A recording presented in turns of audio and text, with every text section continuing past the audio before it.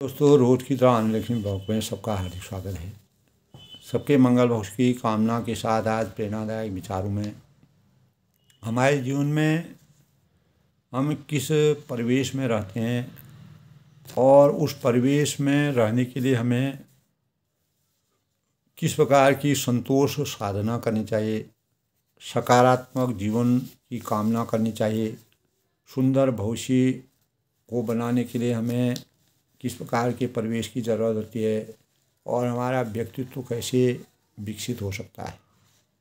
इन भावों को उजागर करने के लिए, इन भावों को मानकीकरण करने के लिए, इन भावों में शुचिता के भावों का संचार करने के लिए हमें अपने जीवन को एक प्रेरणा के रूप में कैसे अवतरित करना चाहिए, कैसे अपने विचारों में मंथन करना चाहिए, कैसे अपने ज्ञान की पराकाष्ठा को सुनियोजित करना चाहिए।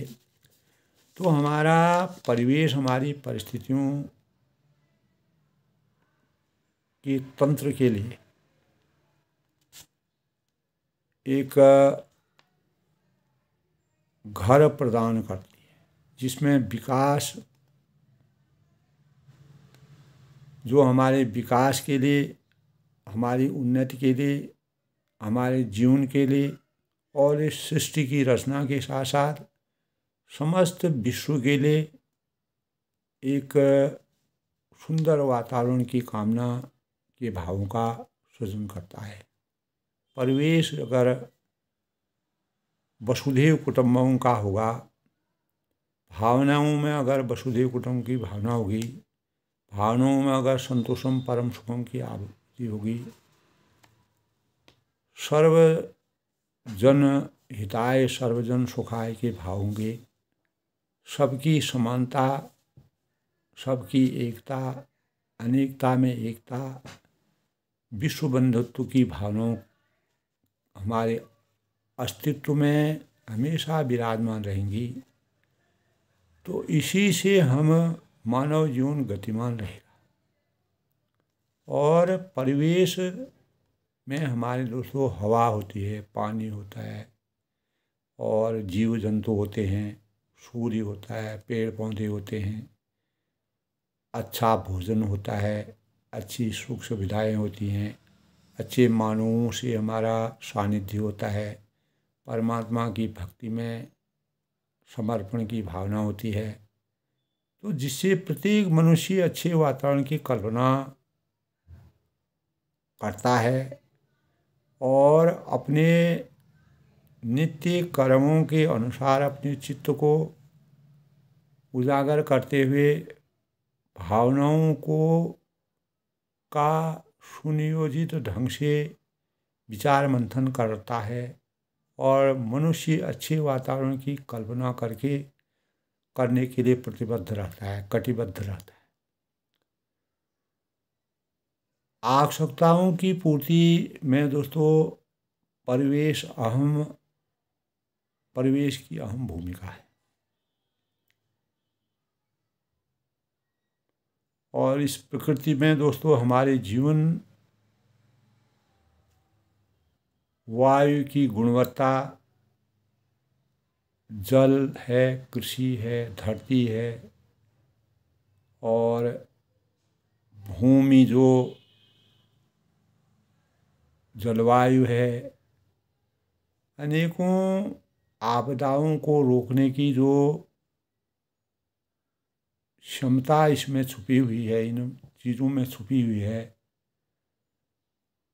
वह हमारे जीवन के लिए एक सहायक दैहिक भौतिक तापा और देवी आपदाओं से बचने के लिए हमें सुंदर परिवेश, सांस लेने के लिए हमको जितनी स्वच्छ हवा मिलेगी, जितना अच्छा पानी हमको जीवन के लिए मिलेगा, जितना अच्छा परिवेश हमको जीवन यापन करने के लिए मिलेगा, जितना अच्छा भोजन मिलेगा, जितने अच्छे मानव मिलेंगे, यानी अपने सहचरी ऐसे मिलेंगे, तो प्रकृति हमारे आसपास की दुनिया और हम पूर्ण रूप से प्रकृति के आसपास की दुनिया पर जिस प्रकार से निर्भर रहते हैं, तो हम सहज सरल उच्च जीवन की परिकल्पना करके प्राकृतिक सौंदर्य के वास्तविक भावों का सृजन कर सकते हैं। मानव में प्रकृति के प्रति, प्रकृति की स्वच्छता बनाए रखने के लिए, प्रकृति की निर्मलता को बनाने के लिए ऐसे भावों के का संचार होता रहे, इस प्रकार का ज्ञान होता रहे, तो हम एक अच्छे परिवेश का निर्माण कर सकते हैं। तो दोस्तों, अच्छे परिवेश के लिए हमारे जीवन में संतोष साधना का बड़ी अहम भूमिका है। मनुष्य की सुधा का अंत नहीं है, न आदि है न अंत है।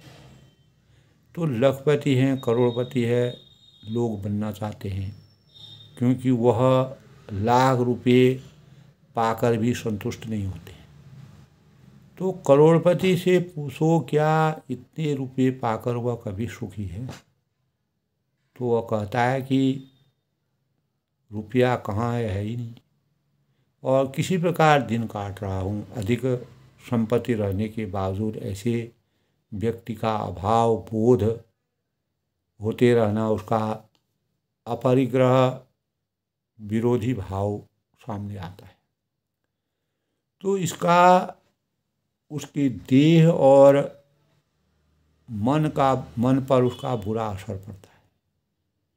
तो शरीर और मन को दोस्तों अत्यधिक लाभ लालसा, अनेक प्रकार के मोह, लोभ, लालसा और पीढ़ी दर पीढ़ी तक के लिए संचय के भावों को बांधकर मनुष्य जरूरत से अधिक धन संचय करने में लगा रहता है। इसीलिए मन विश्राम नहीं कर पाता है। हम प्रतिशोध की ज्वालाओं में और धन लोलुपता की ज्वालाओं में हमेशा टहलते रहते हैं, घूमते रहते हैं, हमारा मन विचलित करता रहता है। तो मन में विश्राम कभी नहीं हो पाता है, हम चैन की सांस कभी नहीं ले पाते। प्रश्न यही होता है कि तो शरीर पर इसका कैसे बुरा असर पड़ता है। यह एक सोचनीय विषय है, क्योंकि मन को संतुष्ट करने की लालसा में मनुष्य स्वाभाविक परिश्रम करता रहता है। लगातार वह सुबह से शाम तक मशीन की तरह काम करता रहता है। इस क्रम में वह अपने शरीर की जो सामर्थ्य से ज़्यादा बोझ अपने शरीर में डालता है, जिसके परिणाम स्वरूप वह व्यक्ति द्वारा शरीर का सामर्थ्य से अतिरिक्त बोझ देकर जो धन संपत्ति का उपार्जित किया हुआ है उससे तृप्त रहने का नाम ही संतोष साधना है। तो तोष शब्द का अर्थ है कि दोस्तों मन के आराम की अवस्था। एक बिंदु पर मानव को दोस्तों विराम लगाने की आवश्यकता है। संतोष साधना में यह कहा गया है कि हम अगर निरंतर काम कर रहे हैं, अपने जीवन में हमने भौतिकता का संचय कर लिया है, तो कहीं न कहीं हमको एक बिंदु पर विराम लगाने की ज़रूरत होगी।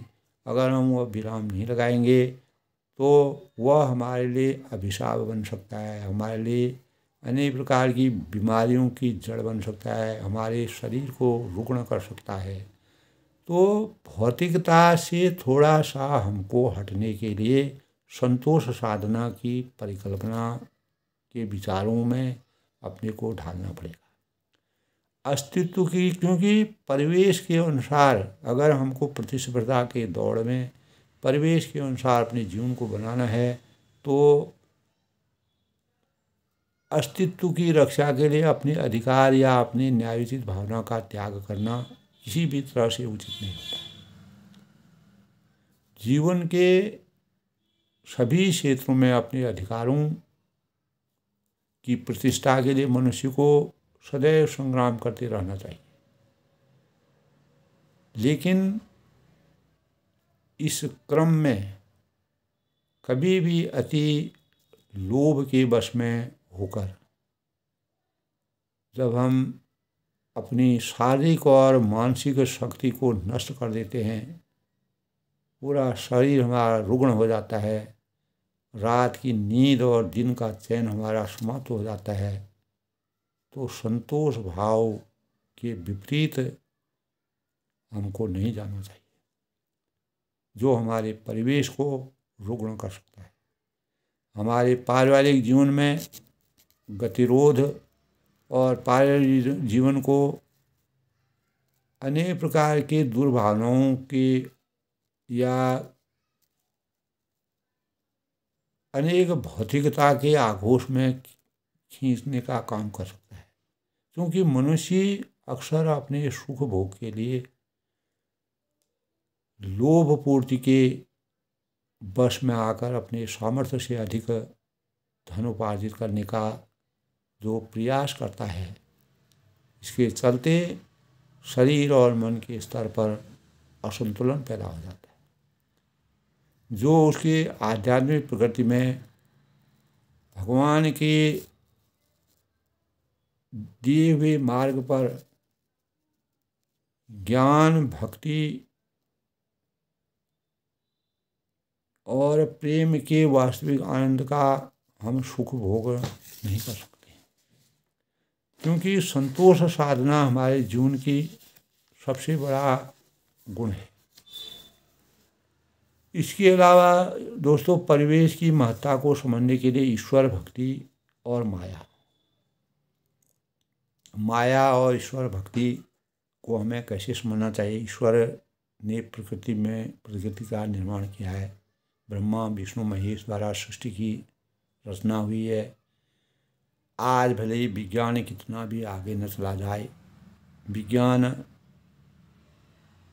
कितना भी उन्नति न कर गए, इस प्रकार इस समय दोस्तों 144 साल बाद जब महाकुंभ की परिकल्पना हम आज कर रहे हैं, इससे पहले जब 1881 में महाकुंभ हुआ था, तो उस समय का चित्र अगर हम देखते हैं तो उस समय लोगों उस 144 साल के बाद आज का परिवर्तन और 144 साल के बाद 2179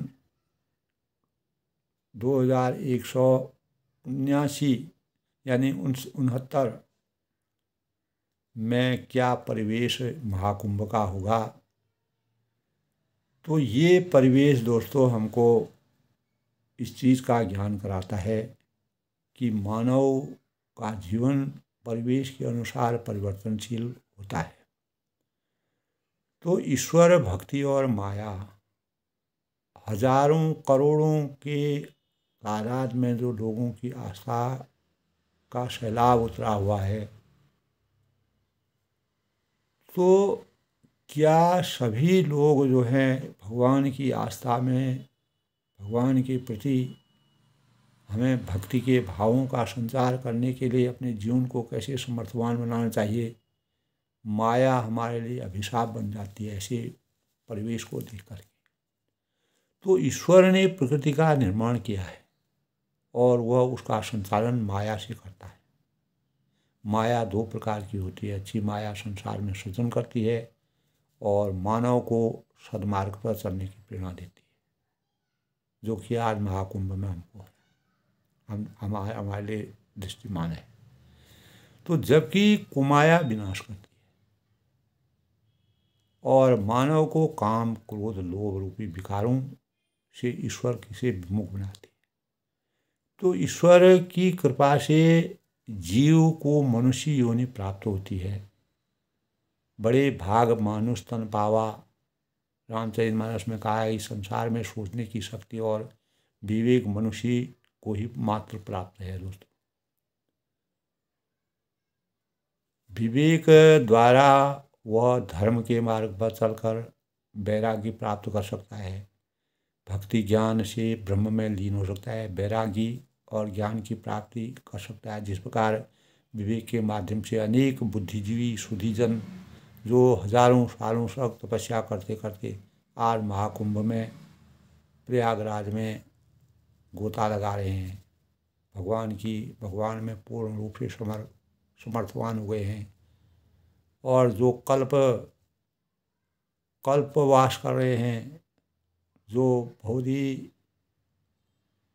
बड़ी आस्था का प्रतीक है। कल्पवास का मतलब होता है ब्रह्मा, यानी ब्रह्म में लीन हो जाना। लंबे समय तक साधना करने की जो कल्पना है वो कल्पवास कहलाती है। तो ज्ञान से ईश्वर भक्ति प्राप्त होती है, जिसके द्वारा यह निष्काम कर्म करता हुआ मोक्ष की प्राप्ति कर सकता है। तो कुमाया जो है दोस्तों, वह प्रकृति के गुणों के अनुसार मनुष्य को प्रभावित करती है। तमोगुण के प्रभाव से वह पशु की तरह कार्य करने लगता है, पशुवत कार्य करता है। मनुष्य मात्र बंधु है, यही बड़ा विवेक है। वही मनुष्य है कि जो मनुष्य के लिए मरे। तो नर से नारायण, मन से माधव हम कैसे बन सकते हैं? तो जिससे विवेक हमारा समाप्त न हो, विवेक में हमारे जागरण हो, जिससे किसी प्रकार के दिखावे से, प्रपंच से, आडंबरों से, बाहरी दिखावा से एक तरफ दोस्तों हम पूजा करते हैं, पाठ करते हैं, यज्ञ करते हैं, धर्म करते हैं, दूसरी तरफ से हम अनेकों लोगों को अनेक प्रकार की गलत जाल और प्रलोभन में फंसा करके गलत शिक्षा का, तो यह वास्तविक परिवेश हमारे जीवन के लिए नहीं है। जो हमारे आने वाले कर्णधार हैं, जिन पर देश का भार है, जिनको इस संस्कृति को बचाना है, हमारे संस्कारों को उजागर करना है, उनको हमें सही दिशा निर्देश देने की ज़रूरत है। हमारे परिवेश की महत्ता को समझने की ज़रूरत है। तो गीता में भगवान श्री कृष्ण ने कर्म, ज्ञान तथा भक्ति योग का मार्ग ईश्वर प्राप्ति के लिए बताया है। जब तक ये हमारे जीवन में चरितार्थ होंगे, तब तक हम परिवेश की महत्ता को नहीं समझ सकते। और इसमें निष्काम कर्म द्वारा और कर्म फल ईश्वर को समर्पित कर दिया जाता है। इससे सदा और भक्ति प्राप्त होती है।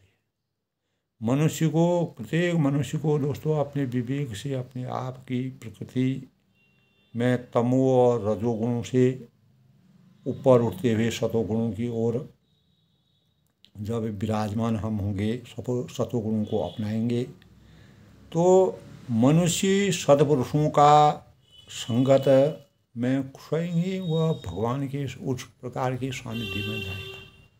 मर्यादा पुरुषोत्तम भगवान रामचंद्र जी ने 14 वर्ष के वनवास के दौरान जो है सतोगुण को अपनाने के लिए मानव जीवन को सतोगुण की प्रेरणा से जिस प्रकार से अभिभूत किया, तो महापुरुषों के सौजन्य से ऋषियों, मुनियों और अनेक प्रकार के साधु संतों के, ज्ञानी मुनियों के, सुधीजनों के, सद्पुरुषों की संगत से अपनाने से हमारे जीवन में सकारात्मक भावों का सृजन होता है और नकारात्मकता का अंत होता है। यही हमारे परिवेश का सबसे बड़ा स्वरूप है। सद्गुरु की शरण में जाना, सही मार्गदर्शन करना, सच्चे पुरुषों के सानिध्य में जाना। सद्गुरु हमारे ग्रंथ हो सकते हैं, हमारे महापुरुष हो सकते हैं, हमारे उपनिषद हो सकते हैं, और हमारे जो धर्म ग्रंथ हैं वो हमारे सद्गुरु हो सकते हैं। और कोई जो पुरुषार्थ संपूर्ण रूप से अपने जीवन को पुरुषार्थी बनाता है, धर्म अर्थ काम मोक्ष की पराकाष्ठा से सुसज्जित करता है, वही हमारे सद्गुरु का सबसे बड़ा प्रमाण है। और सकारात्मक जीवन की कामना से हम अपने परिवेश को सुंदर बना सकते हैं, परिवेश को निर्मल बना सकते हैं, पवित्र बना सकते हैं, शुद्धिकरण कर सकते हैं। चीज़ों को सही परिप्रेक्ष्य में आंकना, सामर्थ्य एवं परिस्थितियों को ध्यान में रखते हुए जीवन जीने की कला जो है वह सकारात्मकता से हमारा परिवेश परिमार्जित होगा। यदि परिस्थितियां हमारे हित में नहीं हैं तो उन्हें अपने हित में करने के लिए जूझना चाहिए, चुनौती का सामना करना चाहिए और सकारात्मक बनाने के प्रतिकूल को अनुकूल में परिवर्तित करने के भावों का संचार करना चाहिए, जिसे इंसान ही कर सकता है। तो दिल में कार्यों के प्रति जुनून, लगन होनी चाहिए। सकारात्मक आत्मविश्वास से ही सकारात्मकता दोस्तों आप जब हमारा मनोबल ऊंचा होगा, हमारे अंदर आत्मविश्वास होगा, तभी हमारे अंदर सकारात्मकता के भावों का सृजन होगा। तो स्वार्थ से उठकर निस्वार्थ भावों से मानव चेतना को जगाना, मानव जीवन का उत्थान करना, किसी भी कार्य में कर्तव्य में लीन रहना, दूसरों के लिए कुछ करने को तैयार होना, हम सकारात्मकता की भावनाओं को पैदा करके अपने जीवन को चरितार्थ कर सकते हैं।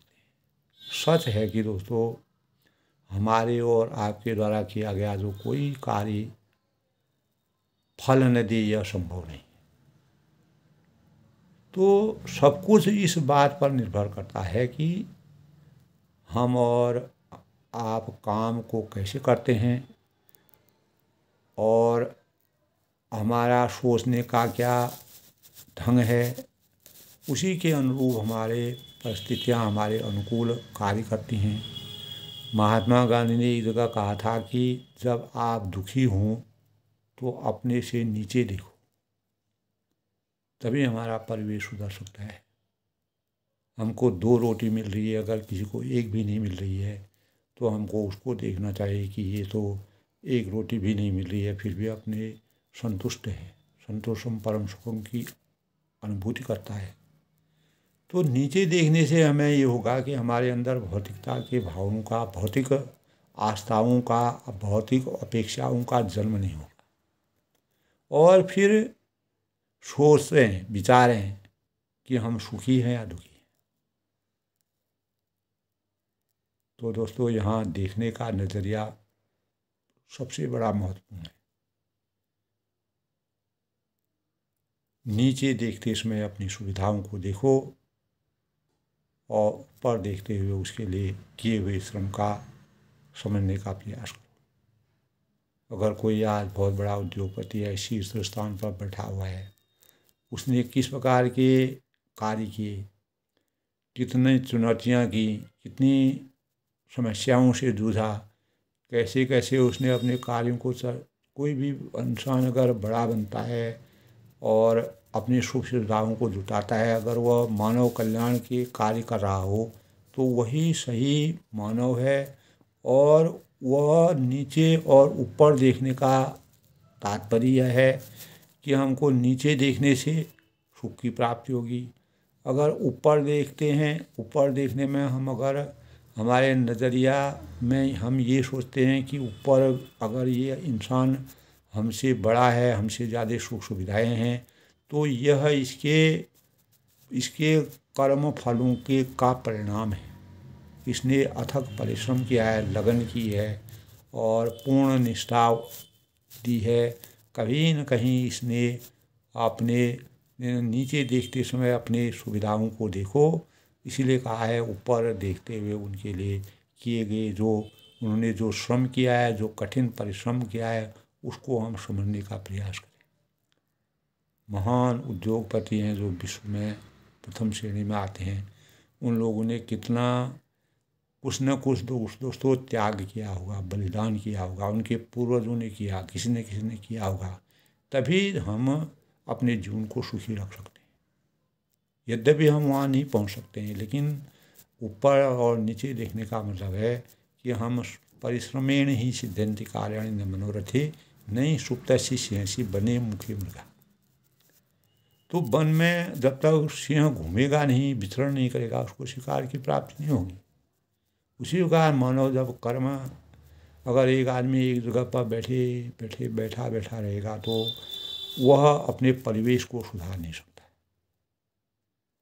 तो सदा उत्साहित रहकर खुद को ऊर्जा से भरपूर रखना और इससे हमारा आत्मविश्वास रहेगा, हमारा मनोबल बढ़ेगा और जीवन में सफलता की सीढ़ियों पर हम जल्दी ही, जो भावी पीढ़ी हैं, अगर इन ऐसे विचारों को अपने जीवन में आत्मसात करें तो अपने जीवन को गुणकारी और गुणवत्तावान बना सकते हैं।